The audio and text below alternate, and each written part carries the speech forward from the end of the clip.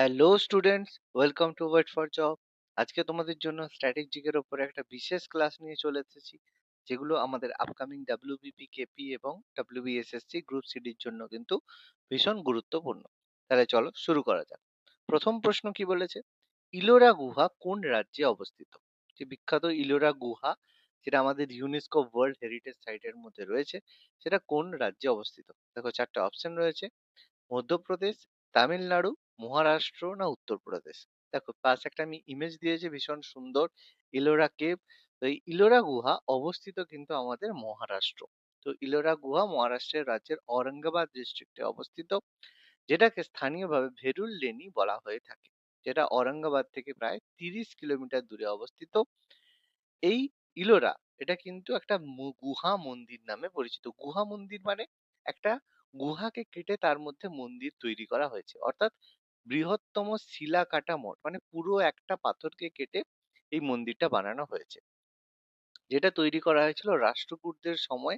এটা কিন্তু তৈরি হয়েছিল, সেটা বর্তমানে ইউনেস্কো ওয়ার্ল্ড হেরিটেজ সাইটের মধ্যে রয়েছে। পরবর্তী প্রশ্নে যাওয়া যাক। কি বলেছে? নিম্নলিখিত বিজ্ঞানীদের মধ্যে কে আপেক্ষিকতা বা তত্ত্বের সাথে সম্পর্কিত বা জড়িত? চারটে অপশন রয়েছে: আইনস্টাইন, নিলস বোর, হাইজেনবার্গ না মাদাম কুরি। তো প্রত্যেকেই আমরা জানি, দেখো, আপেক্ষিকতাবাদ বা থিওরি অফ রিলেটিভিটির সাথে যুক্ত রয়েছেন অ্যালবার্ট আইনস্টাইন। তো অ্যালবার্ট আইনস্টাইন 1905 তার বিখ্যাত থিওরি অফ রিলেটিভিটি প্রকাশ করেন, যেটা পদার্থবিজ্ঞান বা ফিজিক্সের একটা গুরুত্বপূর্ণ তত্ত্ব, যার মাধ্যমে আমরা মহাকর্ষ এবং মহাবিশ্বের গঠন সম্পর্কে আমরা বিভিন্ন তথ্য পেয়ে থাকি। বাকি অপশনের মধ্যে নিলস বোর, তিনি 1922 সালে কোয়ান্টাম তত্ত্বের উপরে গবেষণা করে নোবেল পুরস্কার পেয়েছেন, যার যে পারমাণবিক গঠন এবং কোয়ান্টামের উপরে তার গুরুত্বপূর্ণ অবদান রয়েছে। ওয়ার্নার জি হাইজেনবার্গের নাম আমরা পড়েছি সায়েন্সে। 1932 তে তিনি ফিজিক্সের নোবেল পুরস্কার দেন। তার যে নীতি, অনিশ্চয়তা নীতি, যার জন্য যেখানে অর্থাৎ পরমাণুর মধ্যে একটা অ্যাটম কোন স্থানে থাকবে, সেটা নিয়ে তিনি কি একটা বিশেষ থিওরি দিয়েছিলেন, যেটা হাইজেনবার্গের নীতি নামে পরিচিত, ভীষণ ফেমাস। আর মাদাম কুরি বা মেরি কিউরি একমাত্র নারী এবং একমাত্র ব্যক্তি যিনি নোবেল পুরস্কার পেয়েছেন দুটো ভিন্ন বিষয়, পদার্থবিজ্ঞান এবং রসায়নবিদ্যা।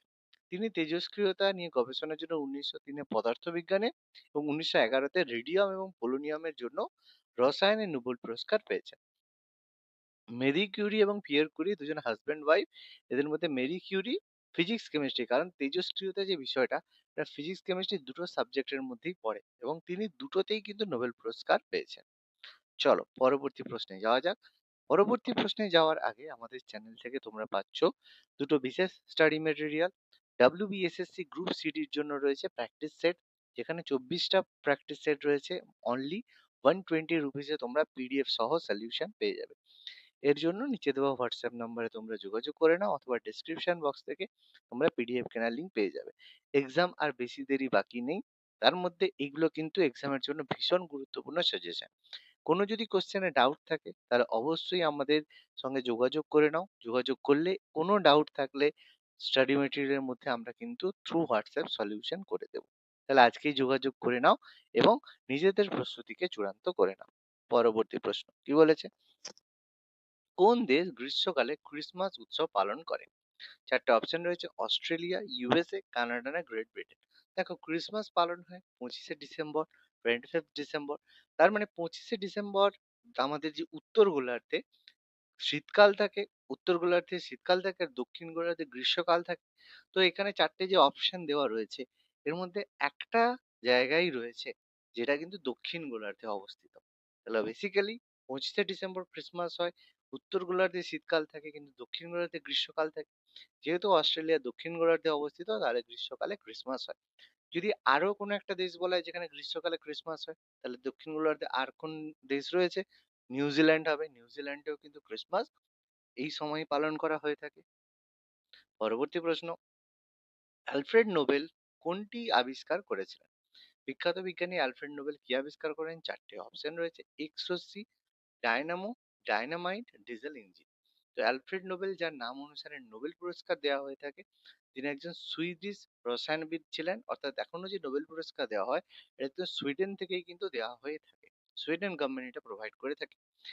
এই অ্যালফ্রেড নোবেল আবিষ্কার করেছিলেন কিন্তু ডিনামাইট, যেটাকে ডায়নামাইট বলি, যার নাম হচ্ছে নাইট্রোগ্লিসারিন, যেটা আমরা ব্যবহার করি বিভিন্ন যে ধ্বংসের কাজে। কোনো পাহাড় ধ্বংস করার জন্য, পাহাড় উড়িয়ে দেওয়ার জন্য ডায়নামাইট ব্যবহার করা হয়, যেটা আমরা বিভিন্ন কনস্ট্রাকশনে আমরা ব্যবহার করে থাকি ডায়নামাইট, যেটা আবিষ্কার করেছিলেন অ্যালফ্রেড নোবেল 1867, যার রাসায়নিক নাম হচ্ছে নাইট্রোগ্লিসারিন। পরবর্তী প্রশ্ন কি বলেছে? রজার ফেডারার কোন খেলার সাথে যুক্ত? বিখ্যাত রজার ফেডারারের আমরা নাম শুনেছি। চারটে অপশন রয়েছে: ফুটবল, ব্যাডমিন্টন, হকি না টেনিস।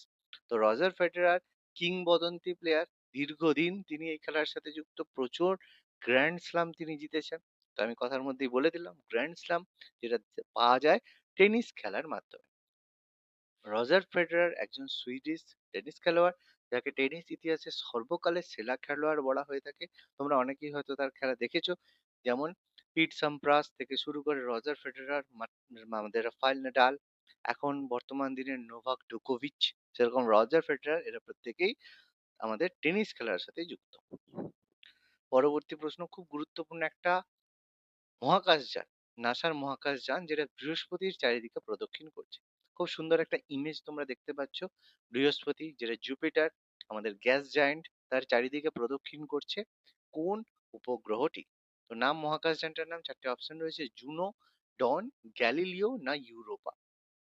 দেখতে পাচ্ছ এই স্পেসশিপটার নাম কি? এর নাম হচ্ছে জুনো।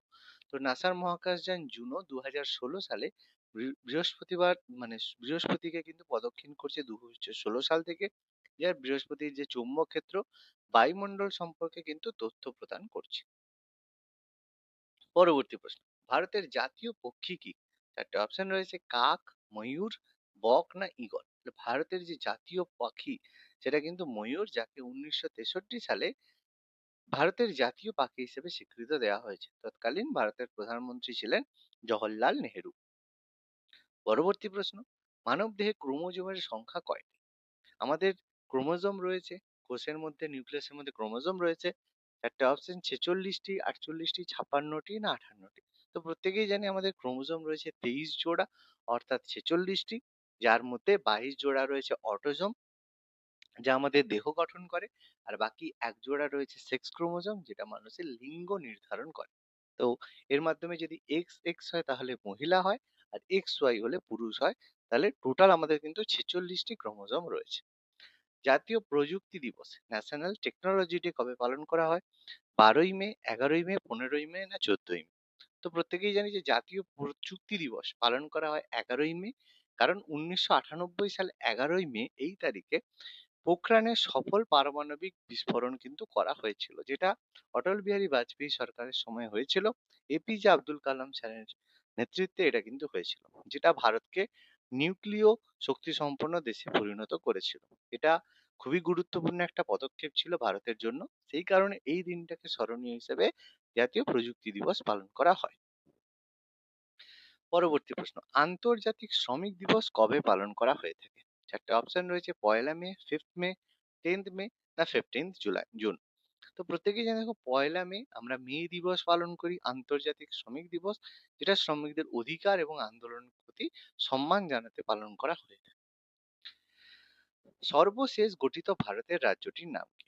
ভারতে দেখো বর্তমানে 28টি রাজ্য রয়েছে, কিন্তু এই রাজ্যগুলির মধ্যে একটি রাজ্য ভারতের 29তম রাজ্য ছিল। কোনটি? চারটে অপশন রয়েছে: ছত্তিশগড়, তেলেঙ্গানা, উত্তরাখণ্ড না ঝাড়খণ্ড। তো প্রত্যেকেই জানি 2014 সালে ভারতের যে 29তম রাজ্য বা শেষ রাজ্য গঠিত হয়েছিল, সেটা হচ্ছে আমাদের তেলেঙ্গানা। ওকে, তো তেলেঙ্গানা রাজ্যটা কিন্তু 2014 সালে 2nd জুন অন্ধ্রপ্রদেশ থেকে বিভক্ত হয়ে গঠিত হয়েছিল, যেটা কিন্তু ভারতের 29তম রাজ্য নামে পরিচিত। এর আগে 2002 সালে ছত্তিশগড়, যেটা মধ্যপ্রদেশকে ভেঙে হয়েছিল, উত্তরাখণ্ড, যেটা উত্তরপ্রদেশকে ভেঙে হয়েছিল, এবং ঝাড়খণ্ড, যেটা বিহারকে ভেঙে হয়েছিল। মহেঞ্জোদারোর ধ্বংসাবশেষ কে আবিষ্কার করেন? মহেঞ্জোদারো মাউন্ট অফ ডেড কে আবিষ্কার করেন? চারটে অপশন রয়েছে: জন মার্শাল, দয়ারাম সাহানি, রাখাল দাস ব্যানার্জি না বিপিন ঘোষ। তো দেখো প্রত্যেকেই জানি মহেঞ্জোদারো আবিষ্কার করেছিলেন 1922 সালে রাখাল দাস ব্যানার্জি। তিনি একজন বাঙালি প্রত্নতত্ত্ববিদ ছিলেন। আর এই জন মার্শাল ছিলেন সেই সময় Asiatic society of India, ASI এর হেড। তো তিনিই কিন্তু এর নামকরণ করেছিলেন সিন্ধু সভ্যতা। আর দয়ারাম সাহানি 1921 খ্রিস্টাব্দে হরপ্পা সভ্যতাকে, হরপ্পা যে সাইট সেটা কিন্তু আবিষ্কার করেন। আর রাখাল দাস ব্যানার্জি 1922-এ মহেঞ্জোদারো আবিষ্কার করেছিল। পরবর্তী প্রশ্ন, হিমোগ্লোবিনের কাজ কি? চারটে অপশন রয়েছে: ব্যাকটেরিয়া ধ্বংস করা, অক্সিজেন বহন করা, শক্তির ব্যবহার করা, রক্তাল্পতা রোধ করা। প্রত্যেকেই জানি, দেখো হিমোগ্লোবিন রয়েছে আমাদের আরবিসি মানে রেড ব্লাড কর্পাসেল বা লোহিত রক্তকণিকার মধ্যে রয়েছে, যার কাজ হলো দেহে অক্সিজেন পরিবহন করা, অর্থাৎ ফুসফুস থেকে বাকি শরীরে অক্সিজেন পরিবহন করে। এই হিমোগ্লোবিনের সাথে অক্সিজেন মিশে অক্সি হিমোগ্লোবিন গঠন করে সারা শরীরে পৌঁছে দেয়। তবে অনেক সময় কার্বন ডাইঅক্সাইড প্রবেশ করলে, কার্বন মনোক্সাইড প্রবেশ করলে কার্বামিনো হিমোগ্লোবিন তৈরি করে, ফলে কোষের মধ্যে কিন্তু অক্সিজেনের ঘাটতি দেখা যায়। পরবর্তী প্রশ্ন, 16তম প্যারালাল লাইন কোন দুটি দেশের মধ্যে অবস্থিত? 16th প্যারালাল লাইন, চারটে অপশন রয়েছে: Namibia, Angola, Asia Africa, England France, না মালয়েশিয়া সুমাত্রা। তো দেখো 16তম প্যারালাল লাইন বা 16th প্যারালাল লাইন, যেটা নামিবিয়া আর অ্যাঙ্গোলা দেশের মধ্যে সীমারেখা হিসেবে পরিচিত। পরবর্তী প্রশ্ন, পশ্চিমবঙ্গের রাজ্য ফুলের নাম কি? প্রত্যেকেই জানি, দেখো চারটে অপশন রয়েছে: পদ্ম, জবা, শিউলি, কৃষ্ণচূড়া। তো পশ্চিমবঙ্গের রাজ্য ফুলের নাম কিন্তু শিউলি ফুল। তো শিউলি ফুল, যেটা হাসনুয়ানা নামেও পরিচিত বা পারিজাত নামেও পরিচিত, যেটা কিন্তু রাত্রেবেলা ফোটে এবং মিষ্টি সুগন্ধ ছড়ায়, এটাই কিন্তু পশ্চিমবঙ্গের রাজ্য ফুল। অরণ্যের দিবারাত্রি উপন্যাসের রচয়িতা কে? চারটে অপশন রয়েছে: শরৎচন্দ্র চট্টোপাধ্যায়, সুনীল গঙ্গোপাধ্যায়, তারাশঙ্কর বন্দ্যোপাধ্যায়, না বিভূতিভূষণ বন্দ্যোপাধ্যায়। তো অরণ্যের দিবারাত্রি উপন্যাসের রচয়িতা কিন্তু সুনীল গঙ্গোপাধ্যায়, যেটা ছিল তার দ্বিতীয় উপন্যাস। খুবই গুরুত্বপূর্ণ। চীনের প্রাচীর কাকে বলা হয়? চারটা অপশন রয়েছে: গোষ্ঠপাল, বালগঙ্গাধর তিলক, কপিল দেব, না লালা রাজপত রায়। তো চীনের প্রাচীর, এটা হচ্ছে ফুটবল ডিফেন্ডার গোষ্ঠপালকে বলা হয়ে থাকে, অর্থাৎ তিনি ছিলেন একজন বিখ্যাত বাঙালি ফুটবলার। তার রক্ষণ ভাগের জন্য তাকে গ্রেট ওয়াল অফ চায়না বলা হয়ে থাকে। আর বাল গঙ্গাধর তিলক পলিটিশিয়ান ছিলেন, কপিল দেব ক্রিকেটার ছিলেন, আর লালা লাজপত রায় আমাদের লাল বাল পালের মধ্যে অন্যতম ছিলেন।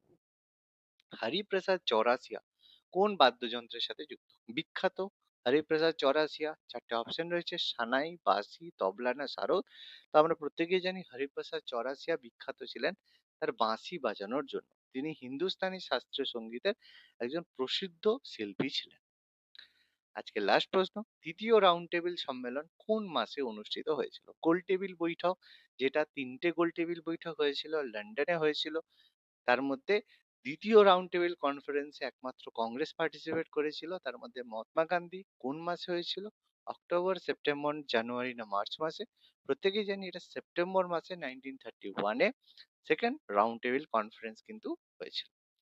তাহলে আজকের ক্লাসটা কেমন লাগলো তোমরা অবশ্যই কমেন্ট করে জানিও, এবং এই ধরনের যদি আরো ক্লাস পেতে চাও তাহলে অবশ্যই আমাদের চ্যানেল ওয়েট ফর জবকে ফলো করতে ভুলো না। ধন্যবাদ।